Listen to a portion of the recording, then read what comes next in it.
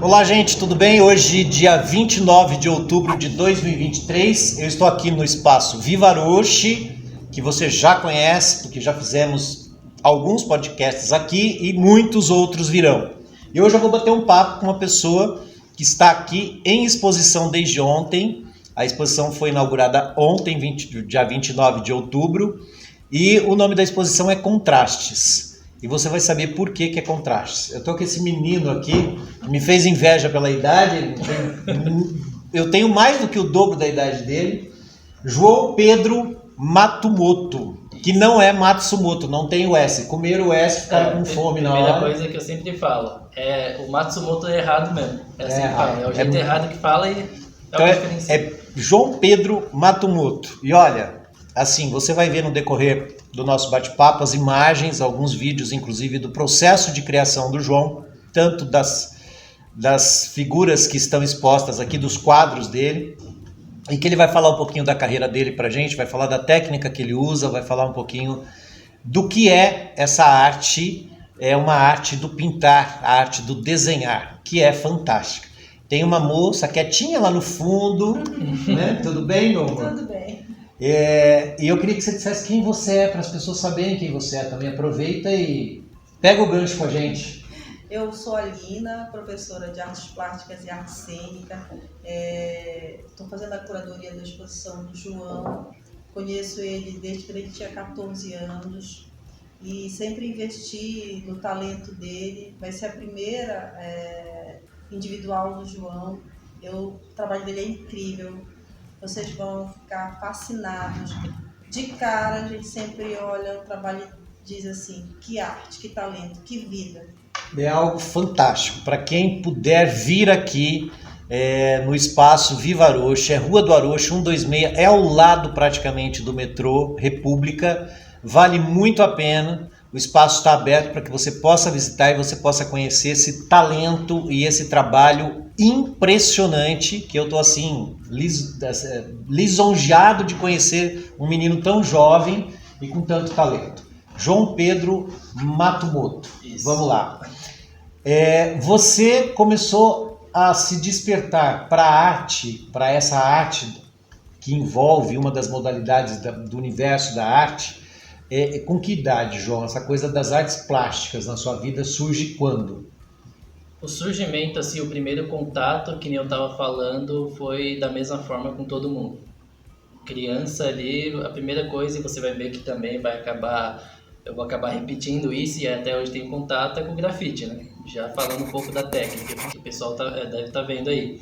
Então, ali de criança mesmo, desenhando, você está assistindo desenho ali, você está copiando o que você está vendo, ou você gosta, sei lá, de carro, gosta de super-herói, está desenhando. Eu sempre gostei muito de desenhar super-herói, tem essa coisa.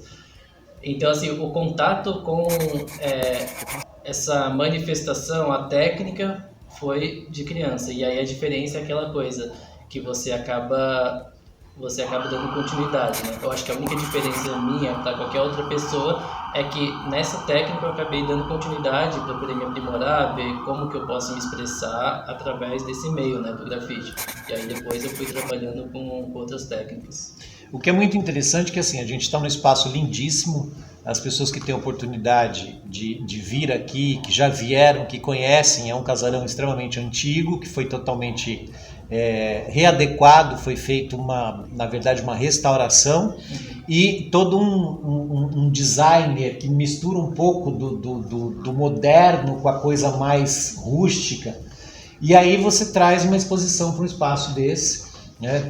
Quem é a curadora do espaço, vamos dizer assim, eu digo que a Lu é a curadora do espaço, a Luciane Weiland, e ela abre esse espaço para que aconteça esse tipo de coisa. Então, assim, se você quiser fazer contato com a Lu para saber, para conhecer o espaço Viva Aroche, você pode entrar em contato pelo 11, DDD 11, 96607 3164, eu vou repetir, é o 11 96607 3164.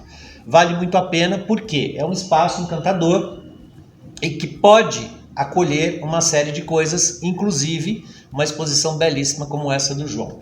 João, o desenhar, na verdade, muitas pessoas dizem, o rabisco ele é um desenho. mas que na verdade a gente pega Emília Ferreiro, por exemplo, da área da educação, e que ela fala exatamente de que todo rabisco tem algo que se comunica. Muitas vezes você que desenha, talvez deva, se vir uma situação dessa, você deve se sentir extremamente oprimido no lugar da criança, porque muitas vezes eu já vivenciei isso como professor, da criança pegar um lápis, rabiscar, sei lá, a geladeira, a parede, o chão, um papel, e ela apanha. E muitas vezes a criança chega para você com um rabisco, que para ela não é um rabisco, e ela entrega para você, o pai, a mãe olha, né, legal. Bacana, né? E aí você mata um artista ali, né? Você mata um artista ali, porque na verdade todo rabisco quer dizer alguma coisa. As pessoas pouco concebem, você como artista sabe disso, a Lina também, toda vez que você fala, e ao falar, e você quer traduzir isso para alguém de maneira escrita, a escrita nada mais é do que a tentativa de desenhar a fala. Tanto que todos os alfabetos surgem lá, dos desenhos cavernosos ainda. Sim. Então todo rabisco ele quer dizer alguma coisa. Tanto que os alfabetos, os primeiros alfabetos, dos fenícios, dos sumérios, eram quase que rabiscos que na tentativa de desenhar aquilo que se fala ou aquilo que se pensa. Então, na sua concepção como artista, o que você diria para esses pais, para essas pessoas, o olhar que elas devem ter para essa criança que faz um rabisco, que com certeza alguém um dia viu o seu rabisco e disse, opa, aqui tem um artista. Qual seria a dica para que as pessoas entendessem que a arte pode nascer de um rabisco? Então, a arte ela já está acontecendo, né? Quando a criança, qualquer pessoa está desenhando, ela está fazendo a arte. Se for pegar etimologicamente falando ali pela técnica, ela está fazendo a arte. A questão é realmente você, assim, enquanto pai, tutor, responsável, que eu vejo é você conseguir criar um ambiente que favoreça essa criação. Claro, você não vai deixar seu filho sair rabiscando tudo que ele vê, né? Mas você dá, por exemplo, um papel ali, recursos para ele falar, aqui você pode fazer o que você quiser, aqui você pode ser livre, né? Então, até eu particularmente gosto bastante de implementar ali conhecimento, estudar psicologia, psicanálise, e tem muito disso, né? Avaliações neuropsicológicas falam muito pouco sobre isso, de às vezes você quer testar um pouco, avaliar uma criança, e aí você pede para ela fazer, existem algumas abordagens específicas, né, métodos. Você pede para ela fazer desenhos específicos e a forma como ela desenha você consegue avaliar, né? Então, o histórico dela, como que está a cabeça dela, a capacidade cognitiva. Então, assim, independentemente do que ela desenha, já está gerando um resultado, um impacto, né? Então, o que eu vejo, assim, para os pais é justamente isso, inclusive professores. Eu tive professores que deram oportunidade e viram que eu era talentoso, de acordo com eles, né? A Lina, ela viu eu atuando porque foi minha professora de teatro e viu eu desenhando porque foi de artes. Aí ela falou, não, eu acho que é melhor ficar só no desenho mesmo. E qual é a sua formação? Qual foi o caminho que você trilhou para chegar ao que você é hoje? Então, eu sempre usei o lado artístico, essa parte que as pessoas dizem criativa, independentemente de onde eu tô. Então eu acabei já saindo um pouco, né, desse caminho de arte, mas sempre ali um pouco em volta, nem que seja contornando. Então, por exemplo, eu fiz curso técnico de comunicação visual, também foi minha professora. Acho que foi... É teu carrapato ali. Ela não deixa. Tá grudou aqui. E não larga mais. Eu até tentei colocar a jarra aqui na frente para tentar esconder um pouco, mas não deu. Mas... Não, mas eu fiz comunicação visual justamente para conseguir implementar. É aquela coisa, claro que a gente nem tudo é uma maravilha. Então, assim, tem aquela pressão social, tem uma pressão sua mesmo de falar, putz, beleza, eu gosto de arte, mas eu não vou conseguir ser artista. Eu preciso ser um pouco mais pé no chão, mas possibilitar eu continuar usando, né, esse lado. Então, o que eu fiz? Eu pensei que, de repente, trabalhar com comunicação visual, design gráfico, que era uma coisa que já despertou interesse no curso, publicidade fosse um caminho, né? Trabalhar na parte de criação, especificamente da publicidade, Sim. Porque tem várias áreas. E aí foi nessa que eu fiz comunicação visual, comecei a pegar alguns freelas de design gráfico, fazer identidade visual, esse tipo de coisa. Também fazia encomenda de mascote e ilustração para marcas. e aí fazendo bastante contato com professores também, e aí muito no curso técnico eu acabei sendo influenciado e também vendo que na publicidade tinha essa oportunidade de conciliar o lado artístico com o mundo real, por assim dizer, que fala que arte não dá futuro, né? Então acaba tendo muito isso, essa pressão, e aí eu acabei optando por seguir a publicidade por ser uma coisa conveniente, sabe? Há pouco você falou uma frase que me dói tanto ouvir, que a Alina também, com certeza, você disse, não dá para viver de arte. Exato. E isso dói na gente que é artista, na gente que produz arte, porque na verdade o artista ele produz por amor. O verdadeiro artista produz por amor.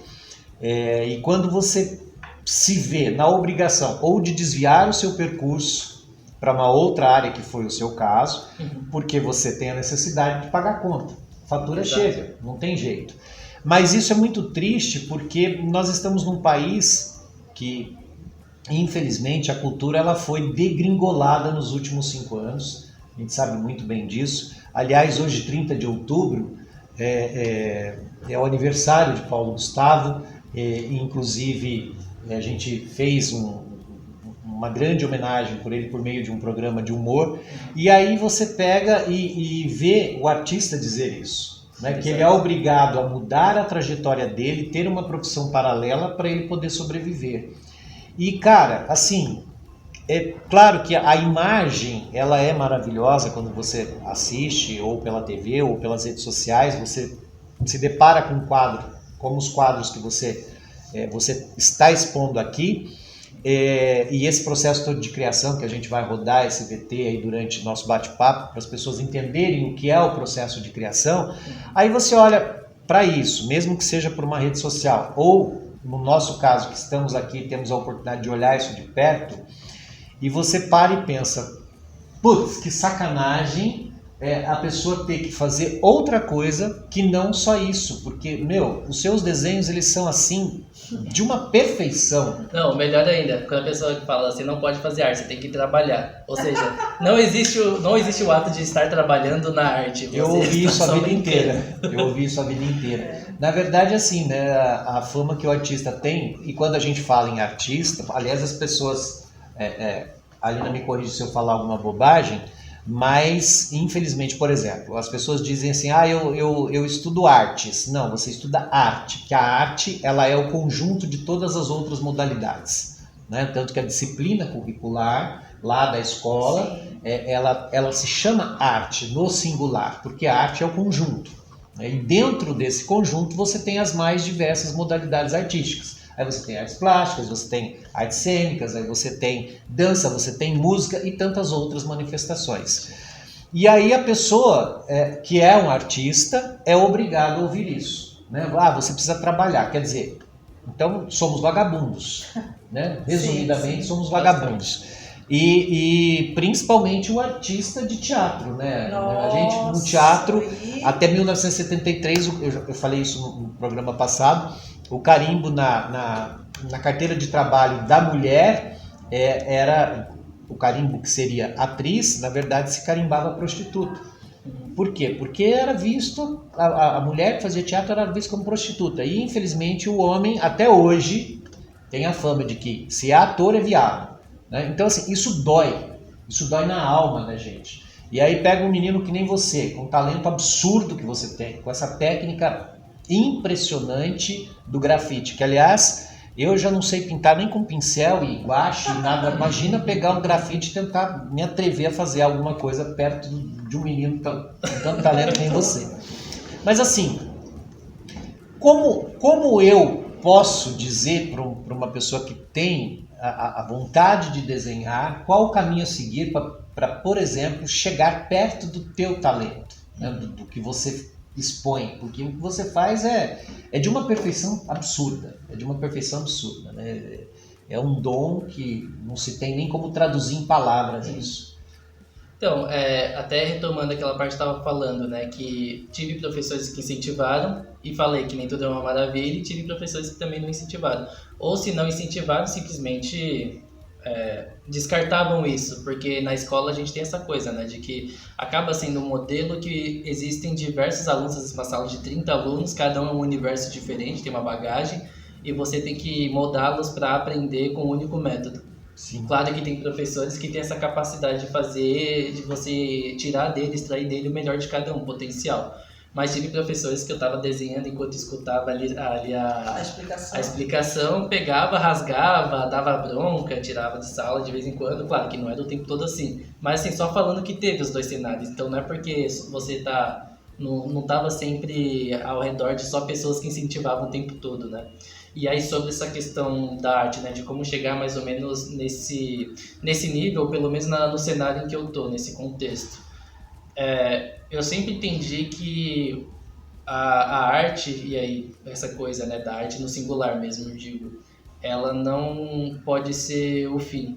Então eu não posso, por exemplo, um exemplo concreto, então eu não posso falar, eu quero ser artista e só. Então, por exemplo, eu vou correr atrás para ser artista, mas e depois que você é artista? Então, para mim, eu vejo muito a arte como o meio, a ponte. Então, por exemplo, eu falei que eu trabalho com grafite, mas também uso técnica de pintura digital para conseguir atingir com as cores, coisa que eu não consigo com grafite.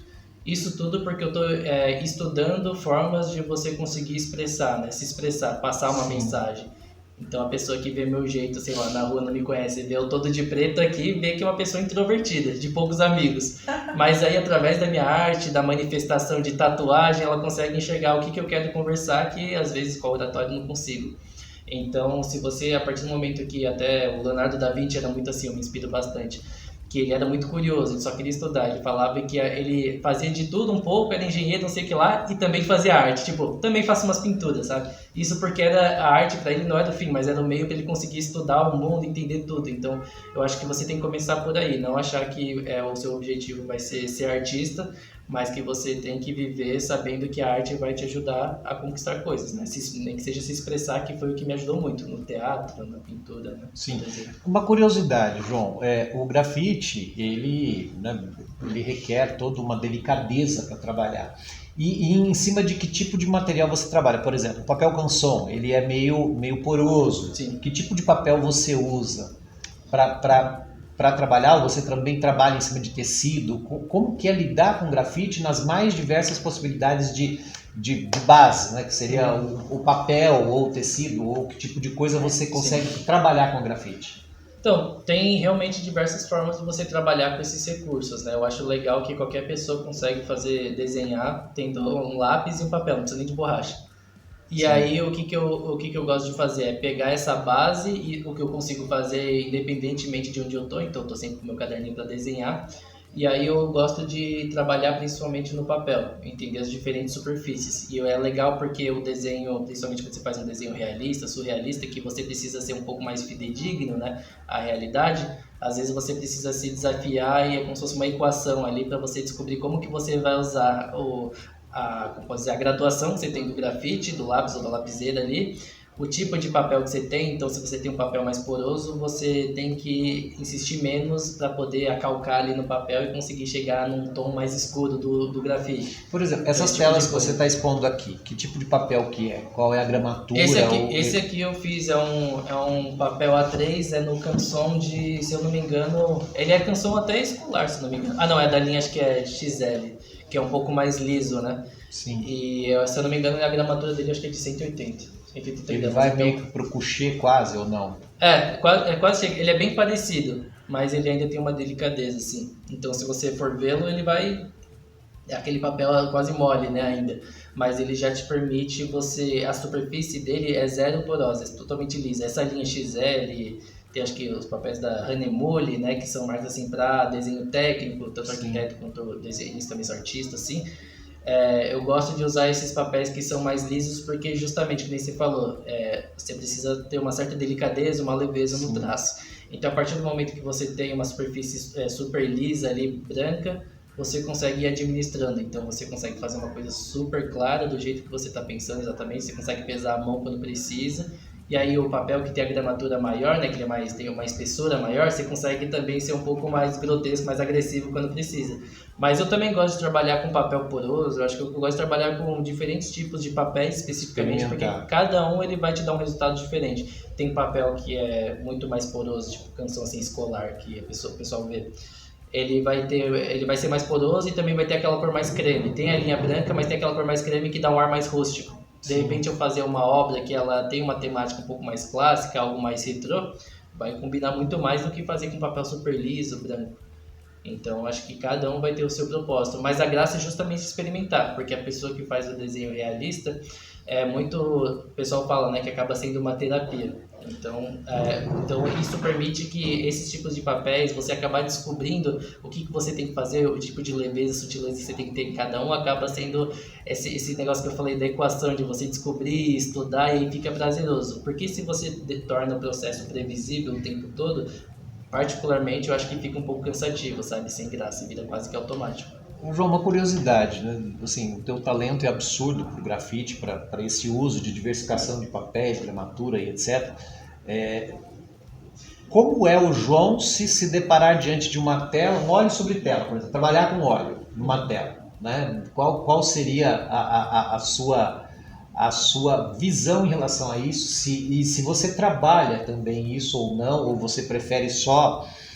porque cada artista tem uma linha, cada artista tem um propósito, tem um perfil, né? Tem um estilo. O estilo é muito importante para o artista. Você permeia em outras áreas da pintura, ou você fica mais em cima dessa técnica? Então, eu falei, né, eu me inspiro muito no Leonardo da Vinci, esses artistas renascentistas, né, que trabalhavam ali esses afrescos e dessas técnicas de pigmento, eu gosto bastante. Inclusive é uma meta para mim, poder investir nisso e trabalhar nisso. Então fazer aquela obra que você consegue ver fisicamente, ver as texturas, né, as camadas, eu gosto muito. Mas atualmente o que eu tenho feito é focar no grafite, e para trabalhar com cores, focar na pintura digital. Isso porque a pintura digital, para o que eu vejo, assim, alguém que precisa, antes de ir para tinta, uma coisa física, eu vejo que eu preciso muito aprender o que a cor pode produzir. Tanto do lado um pouco mais teórico, conceitual, né, de psicologia, quanto aquela coisa de experimentar, né? O que eu posso fazer com uma cor, então eu posso misturar, se eu errei eu posso voltar, dar um Ctrl Z, né? Então é uma coisa muito rápida e intuitiva. Então eu trabalho muito na pintura digital, posso estar mostrando também, justamente para isso, trabalhar esse impacto, mas assim, eu vejo que acaba tudo sendo uma migração ali muito, muito gradual para chegar também na tinta, né? Porque, que nem eu falei, a arte acaba sendo um meio, então o meio ele pode mudar se você conseguir atingir o objetivo. Então, de repente, minha ponte agora é o grafite, pintura digital, de repente o meio para eu me expressar pode ser a tinta. Sim. Acrílica, óleo, aquarela, qualquer uma. Mas eu com certeza pretendo, e tinta especificamente é uma coisa que sempre me encantou, né? Essa coisa talvez um pouco mais clássica que a gente vê em filme, em exposição, artistas renomados, aquela coisa experimental de você se sujar com tinta, conseguir fazer, criar, trabalhar com camadas, aquela delicadeza, aquela paciência de você trabalhar, fazer uma base, um fundo e fazendo aos poucos, né? Eu acho que eu acabo sendo muito um reflexo de como dessa ansiedade que a gente tem na sociedade, de que fazer pintura digital permite justamente você ser ansioso, você ser imediatista. Eu faço, eu errei, beleza, eu continuo. Salvo o arquivo e é isso. Não tem que ter essa paciência. Eu vou te falar uma coisa, um dos momentos mais emocionantes da minha vida relacionado à arte, na questão das artes plásticas, foi quando eu tive a feliz oportunidade, nascido no interior de uma cidade pequena, filho de uma família muito pobre.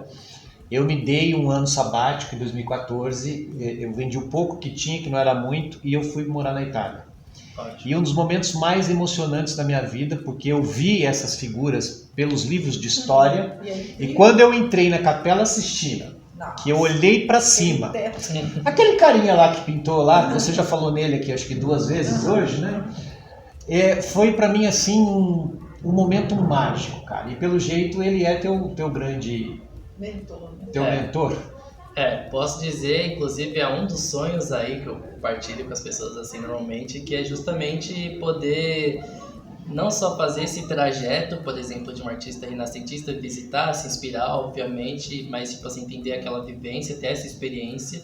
E justamente o que me encanta é esse impacto que você falou. Você vai entrar numa capela, numa igreja, aqui mesmo no Brasil, você vai ver sempre uma coisa que encanta, né? Você vê uma obra distante, e aquilo que eu sempre falo, que aquilo não foi só, o objetivo não foi só encantar a pessoa que vai visitar, mas a arte, ela só tem, o objetivo ali, pelo menos das igrejas ali naquela época, era realmente você ensinar, né, sobre a Bíblia. Então você vai ver que são sempre cenários, obedece sempre a uma narrativa, né? Algumas passagens, dependendo da igreja, dependendo da demanda ali que trazer para o artista. Então, e é isso que também encanta, né? Não é só você chegar e estar no espaço, legal, essa arte aqui nessa igreja, mas é porque você sabe que tem uma história por trás, que está contando uma história, desde a obra que está no rodapé até no teto. Sim. Então, assim, você vai ver que em igrejas tem aquela coisa de que no teto sempre vai representar anjos, vai ter aquela coisa de perspectiva também, às vezes é uma coisa até quase que intimidadora, e porque era para ser, porque na época ali nem todo mundo conseguia, nem todo mundo não, a maioria das pessoas não conseguiam ter acesso, né, ao latim, provavelmente da época ali. Então, o que os padres, eles tinham que fazer era justamente usar algum artista para servir como meio, para conseguir atingir aquelas pessoas. Como que eu vou ensinar uma pessoa que ela não é alfabetizada, né? Sim. João, eu sei que o nosso tempo está um pouco curto, você tem que atender pessoas que estão aqui visitando a exposição, mas eu preciso te fazer 2 perguntas. A primeira é a seguinte: você citou durante o nosso bate-papo uma coisa que eu achei extremamente interessante. Você é um menino pesquisador, estudioso, isso é fantástico, é inteligentíssimo. E você falou da psicanálise, da psicologia, da questão da cognição, enfim, do processo de criação, né? E isso é maravilhoso, saber que um artista como você é um artista nato, que você é um pesquisador. Qual é a tua visão, porque pela sua idade, tão menino, e qual é a sua visão em relação à arte hoje, que a gente vê muito pelas ruas, e principalmente cidades como São Paulo, grandes centros e tudo, a gente vê a questão da grafitagem, né, o grafite de rua e o picho, né? Existe uma cultura do picho, existe uma cultura do grafite. Qual é a sua visão em relação a essas 2 culturas distintas? O picho ele é considerado a coisa marginal, né, marginalizada. O grafite já é o trabalho do artista. Na sua concepção de um artista de tela, vamos dizer assim, quando eu falo tela, papel, enfim, todo tipo de contato que você tem com uma coisa que não há parede, que não um muro. Qual é a sua visão nesse sentido? E depois eu quero que você me fale sobre o título da sua exposição, Contrastes, que eu achei assim muito interessante. Tudo Perfeito. Né? Acho que aquela coisa, quando a pessoa ela picha, faz um grafite, independentemente do que ela faz, ela está querendo ser notada. A arte, ela existe para a pessoa conseguir ser notada. Existe até uma coisa egóica, né? Sim. Então, se eu não quisesse que as pessoas vissem e se admirassem com a minha obra, com o que eu tenho a dizer, eu ficava em casa e guardava na minha cabeça todas as obras que eu estou fazendo. Eu não manifestava aquilo da forma física, né? Então tem essa coisa de você querer ser notado. E obviamente que no contexto social que, especialmente em Brasil, São Paulo, a gente vive, não preciso nem dizer que são manifestações de pessoas que querem ser notadas. Não vou entrar muito no mérito de se eu acho, por exemplo, certo ou errado. Eu acho que o interessante é entender a raiz do problema, não só o reflexo, a consequência. Então, por exemplo, o grafite é uma coisa que acaba sendo uma encomenda, né? Então a gente tem artistas renomados que, beleza, faz aí, eu deixo. A diferença é que, essa arte aqui eu não deixo. Sabe por que eu fiz essa pergunta para ele ainda? Porque eu tinha certeza que ele ia responder dessa forma totalmente inteligente. Por quê? Quando você pergunta para determinadas pessoas, vão dizer assim, o grafite é uma coisa até bacana, porque é encomendado, alguém manda pintar um muro lá, pintar a parede do prédio, porque hoje em São Paulo isso está em voga, né? Agora, quem picha um muro, é um marginal, etc. Eu sempre disse isso nos cursos onde dei aula, porque eu dei aula inclusive de arte por um bom tempo, tanto no ensino fundamental quanto médio e na pós-graduação e na graduação. Eu dei aula inclusive no curso de artes visuais, pós-graduação em artes visuais. Eu sempre falava para os meus alunos, todo e qualquer risco, rabisco, quer dizer algo. E quando alguém picha um muro, é porque ele está se manifestando e ele está dando um grito para ser ouvido. Ele quer dizer algo, né? E você deu uma resposta inteligentíssima em cima do que a gente consegue. A gente consegue, né? Exatamente isso. É verdade, né?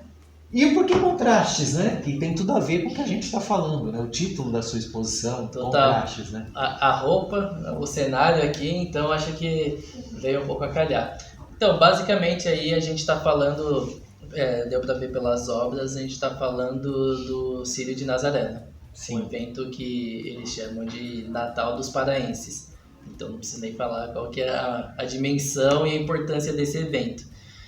Então, isso porque a nossa ideia ali, né, que foi a idealizadora do Sírio SP, né, que é o nosso evento que veio prestigiar a cultura paraense com foco no Sírio, que acontece esse mês e já está finalizando, inclusive, acontece no decorrer de semanas. Ela teve a ideia ela falou comigo e basicamente é trazer uma imersão, né? Eu sou paulistano da Zona Sul, então imagina, praticamente um menino de apartamento. Então, o contraste é justamente trazer uma cultura popular sendo interpretado na percepção de uma pessoa que é da terra da garoa, essa coisa mais conhecida do pessoal de fora, uma pessoa que trabalha com tons de cinza que está totalmente relacionado a São Paulo, né, terra da garoa, grafite, às vezes sujeira, céu cinza, nublado. Então foi trazer a visão de um paulistano que trabalha com essa técnica que também não é tão difundida assim no Pará, então é uma coisa que acaba sendo uma coisa interessante para os dois lados, né? E trazer esse contraste que também tem totalmente a ver com o próprio evento, porque o evento, não sei se você já conseguiu ter a oportunidade de participar, já viu, mas assim, eu tive uma imersão em estudo, já fui convidado diversas vezes para visitar Belém e tudo mais, mas ele envolve muito esse contraste entre o sagrado e o profano, que eles falam muito, né? Sim. Mas também tem essa coisa justamente do cara que é ateu, a pessoa que é religiosa, a pessoa que teve uma criação desde sempre de ir no Sírio, outra pessoa que conheceu, não fazia ideia, que nem eu, assim, não tinha conhecimento tão aprofundado, mas conheceu e se interessou muito. É a pessoa que está buscando... ela traz o sentimento de gratidão porque ela conseguiu alguma coisa na vida dela, ou foi curada de alguma doença, né? Tem o exemplo dos anjos, da obra que eu fiz mesmo, é uma forma de gratidão, mas também tem a pessoa que vai lá para pedir alguma coisa, fazer alguma promessa, então tem a pessoa que está fazendo e a pessoa que está pagando a promessa. Então você tem sempre esse contraste, né? Sim. Então... tem também o que é o sagrado que diz no caso do divino, né, da religiosidade, o catolicismo, e também tem aquela coisa mais humana de você tratar a Nossa Senhora como Nazinha, que eles chamam, né? Vários nomes, mas aquela coisa de você humanizar, de tratar como uma padroeira, alguém que te protege, uma coisa quase que familiar, né? Então tem essa coisa do divino, algo distante, ao mesmo tempo você aproximar e trazer para algo concreto, até físico. Juntar pessoas de diferentes etnias, culturas, então assim, a ideia do contraste foi justamente de você mostrar como que essas diferenças elas acabam se unindo quando a gente fala de um evento como esse. Uma linguagem de culturas, né? Na verdade. Sim. João, para a gente poder encerrar, que eu sei que o teu tempo está curto, eu queria entender uma coisa. Como que um cara que desenha como você, que tem esse talento absurdo, faz na hora de ser tatuado por alguém, né? Porque eu fico imaginando, como você deve ficar olhando pro cara que tá te tatuando ali, porque o João tem um monte de tatuagem, aliás, é linda as tatuagens dele. Eu sou fã de tatuagem. Aí ele vai contar um segredinho para você, porque ele é tão perfeccionista, ele é tão preocupado com a finalização, com a forma, com o conteúdo, que ele... Posso contar essa parte? Eu vou me comprometer, mas pode falar. Não sei exatamente o que é, mas... A gente não tem rabo preso com ninguém. Pode falar, vergonha, eu tô acostumado a passar. Ele gosta do desenho, ele gosta da tatuagem, ele começou a se tatuar e de repente ele começou a tatuar-se. Ele pesquisou, ele estudou e ele começou a fazer tatuagem no próprio corpo. Ah, eu imaginei isso. Eu tinha certeza disso. Eu falei, esse moleque não vai se entregar para qualquer um para fazer uma tatuagem, porque, olha, os teus desenhos são muito lindos, cara. Não, mas é aquela coisa, assim, eu sempre gostei, claro que quando você é moleque tem aquela coisa, se interessa por tatuagem, então fala, pô, também posso ser tatuador e tudo mais. É uma forma, inclusive, bastante realista da pessoa conseguir fazer dinheiro e viver de arte, tatuagem, né? É uma coisa que tem muita demanda, então o mercado é movimentado, então assim, é uma coisa que sempre, qualquer pessoa que desenha acaba se sentindo atraída por isso, e eu sempre gostei.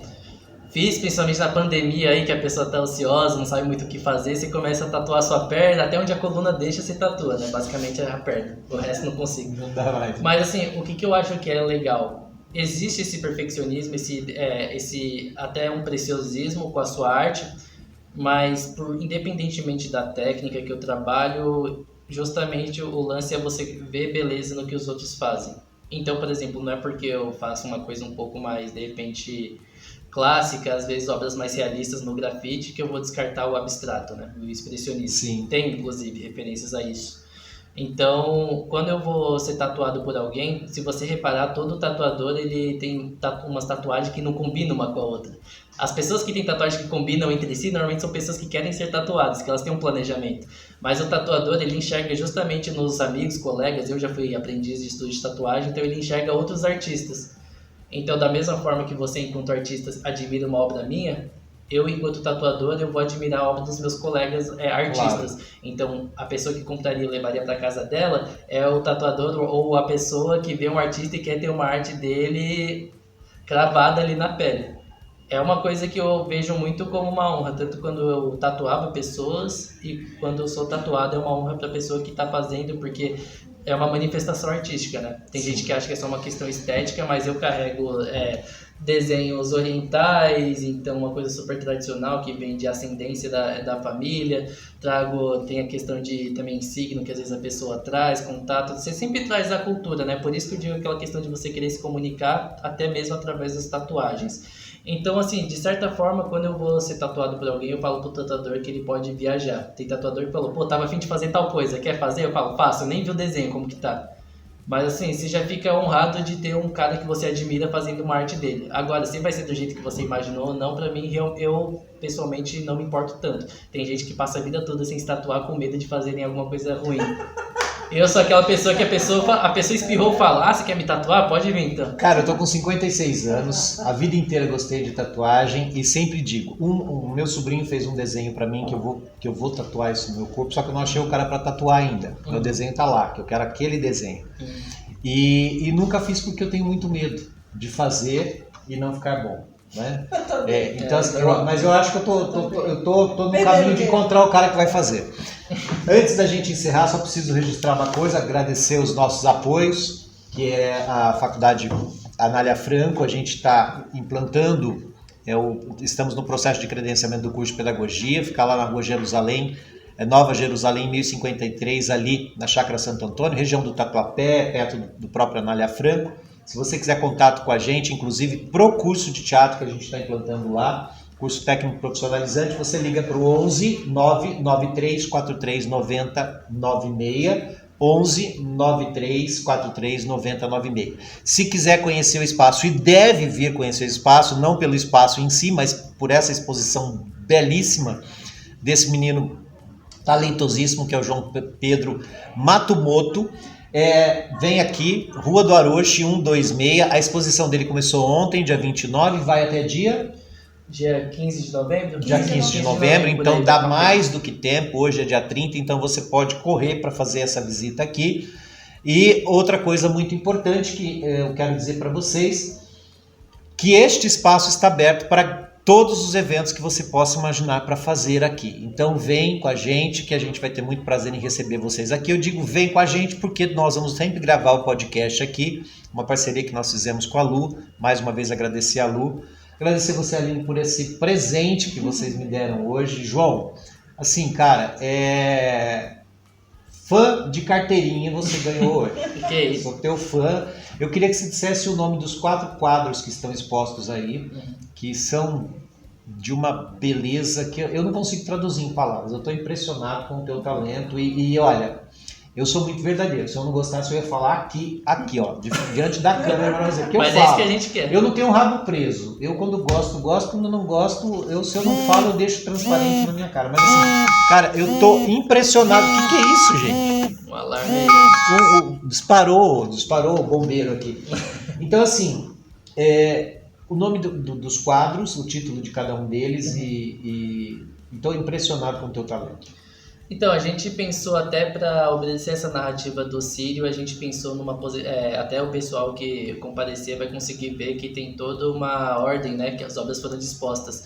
Então a gente começa introduzindo um pouco da cultura e da história de Belém com Paris na América, primeira obra, Paris na América. Então a gente mostra um pouco da calçada, cheia de detalhes, mostrar um pouco dessa história que veio lá atrás, da época que buscava se trazer, né, um pouco da cultura europeia, tanto em mobília, loja, costumes, para Belém. Sim. E muita gente acaba não sabe dessa história, é uma coisa que eu tive a oportunidade de me aprofundar. Depois a gente vai para o Círio, de fato, né, o evento religioso. Então a gente começa apresentando a segunda obra, que é a procissão fluvial do Círio de Nazaré. Então, onde vem as embarcações, então foi uma coisa bem legal, assim, são diversos trajetos que são feitos de diversas formas, né? Depois a gente tem, então, a procissão terrestre do Círio, que é onde o pessoal fala que é o auge, né, do evento, então é onde une mais de 2 milhões de pessoas, é onde você vai ver aquelas fotos, todo mundo disputando na corda para ver quem consegue segurar. É lindíssimo. É onde eu acho que é o momento mais marcante, né, para quem vê de fora, porque claro que todos os momentos são importantes e pessoas diferentes comparecem em diferentes momentos. Mas acho que esse dizem que é o auge, né? Onde reúne mais pessoas. E depois a gente tem a última obra que se chama Promessa, que é justamente o que eu falei, retratando uma criança vestida de anjo, que eles chamam de anjo mesmo, que participam da Romaria, que é justamente aquela forma de você pagar essa promessa em que às vezes um pai, uma mãe tinha uma filha, passou por alguma dificuldade, o filho nasceu com algum problema, alguma doença, e eles fazem essa promessa, que se o filho ele for curado, por uma forma de demonstrar gratidão, eles vão vestir de anjo e vão participar de todo esse evento. Tem missa, tem um grupo, né, só desses anjos que participam, então acaba sendo um evento muito bonito. Até a pessoa que não conhece o significado, é uma coisa muito bonita. E também, pensando na nossa exposição, é uma forma também de gratidão para a pessoa que está encerrando ali aquele percurso que ela está fazendo nas nossas obras. Então, foi tudo uma coisa. E o que é mais interessante, e com certeza você pensou nisso, vendo a sua exposição, essas 4 obras, né, que começa na calçada e termina nessa criança que é um anjo, e o mais interessante é que esse anjo é um anjo preto. Exato. Isso, assim, e aí tem tudo a ver com o título da sua exposição, Contrastes. Exato. Gente, vem, dá tempo, é até 15 de novembro, Rua do Aroche, 126, Espaço Aroche Vivo, vale muitíssimo a pena. Colado com o metrô, hein? Colado com o metrô, do lado do metrô República. Então, vem pra cá que vale muito a pena. Alina, muito obrigado por você estar aqui com a gente, trazer esse presente pra gente. Esse menino é uma joia rara. João Pedro Matsumoto. Isso, JP Matsumoto. JP Matsumoto. Só João ou só Matsumoto? Eu, assim, quero a carteirinha assinada por você de fã, né? Primeiro fã, número 1. Muitíssimo obrigado, cara, por essa aula. Você nos deu uma aula de arte com a sua mestra aqui ao lado. Com certeza, né? Com certeza. Assim, eu só tenho a agradecer e te desejar todo o sucesso do mundo, cara, e que suas obras elas possam transpor oceanos, porque é um trabalho que não pode ser visto só pelo Brasil. O seu trabalho tem que ir além das fronteiras do mundo, porque assim é espetacular o teu talento, o teu trabalho, a tua visão. Que Deus te ilumine muito e que a sua carreira seja muito longeva. Eu tenho certeza que qualquer pessoa consegue se identificar ali com o que eu faço, porque toca muito nessa questão de inconsciente, subconsciente, que nem eu falei da influência da psicologia, principalmente psicanálise. São problemas ali, aflições que qualquer pessoa tem. Então, às vezes eu trato de temas melancólicos demais, acho que vai ter outras exposições autorais em que eu vou tratar desses temas um pouco mais profundos, vou sair um pouco do regional ali do Brasil e vou para uma coisa um pouco mais íntima, né? Então é uma coisa um pouco desafiadora, às vezes até incomoda um pouco a sensação que passa. Então eu tenho certeza que qualquer pessoa consegue se identificar, porque é uma coisa que realmente entra no íntimo da pessoa e são obras que têm essa visão, né? Esse objetivo. Às vezes até de incomodar, porque a arte ela precisa, acho que é Basquiat que falava, né? Sim. Que tem que ser um incômodo para os acomodados, então... Na verdade a sua exposição, suas telas, elas nada mais são do que um colírio para os olhos, cara. Assim, sem palavras para dizer o que eu estou sentindo de ver o teu talento e essa coisa belíssima. Gente, @Trilili Podcast, se inscreva no canal se você não está inscrito, divulga para os seus amigos e vem sempre com a gente, que sempre nós teremos pessoas com essa capacidade, com essa genialidade toda.